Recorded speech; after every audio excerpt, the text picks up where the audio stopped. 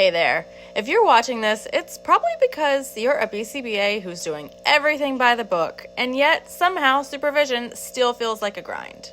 You're juggling RBT turnover, inconsistent performance, and feedback that never quite sticks. You're not lazy. You're not doing it wrong. You're just missing one piece, something most of us were never taught: cultural humility. I don't know who needs to hear this, but supervision isn't broken because you're not working hard enough. It's broken because traditional training never prepared us for the human side of supervision.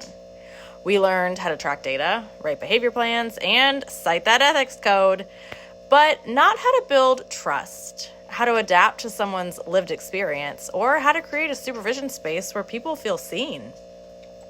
Let me tell you a story. Early on in my career, I worked with a family whose child engaged in stereotypy. From a clinical perspective, I didn't see the behavior as a concern.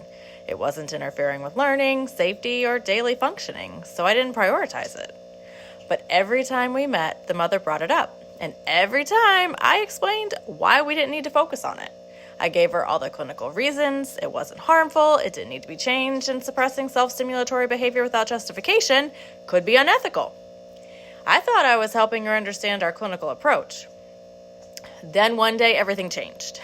She told me that in their culture, blending in was essential. Standing out, even harmlessly, could bring shame to the family. It wasn't just about the behavior. It was about what that behavior meant in their world. That moment shifted everything for me. I realized I'd been leading from my own cultural lens and not theirs. I wasn't really listening. With this new perspective, I was able to go back and guide the RBT on the case in completely different ways.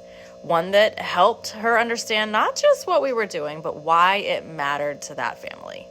We adjusted our approach together to better support the family's values, and that connection became a model for supervision in the future. It wasn't just about that one case. It changed how I trained every RBT after that. We started having real conversations about cultural context and what families needed from us, not just what the data says. And from that moment on, I made a commitment to change how I show up as a supervisor, as a clinician, and as a human. That's why I created this training, you guys, because I've lived the consequences of a one-size-fits-all supervision that misses the mark.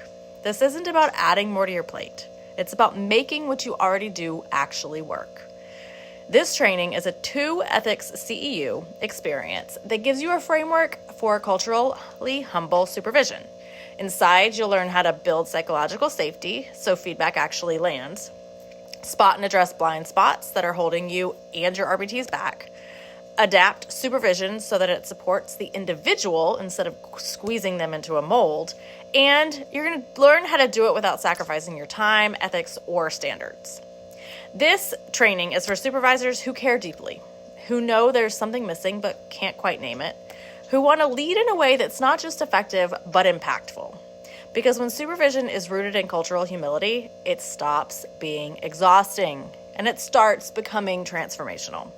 So if you've ever had that gut feeling like something's missing, you're not alone and you're not imagining it.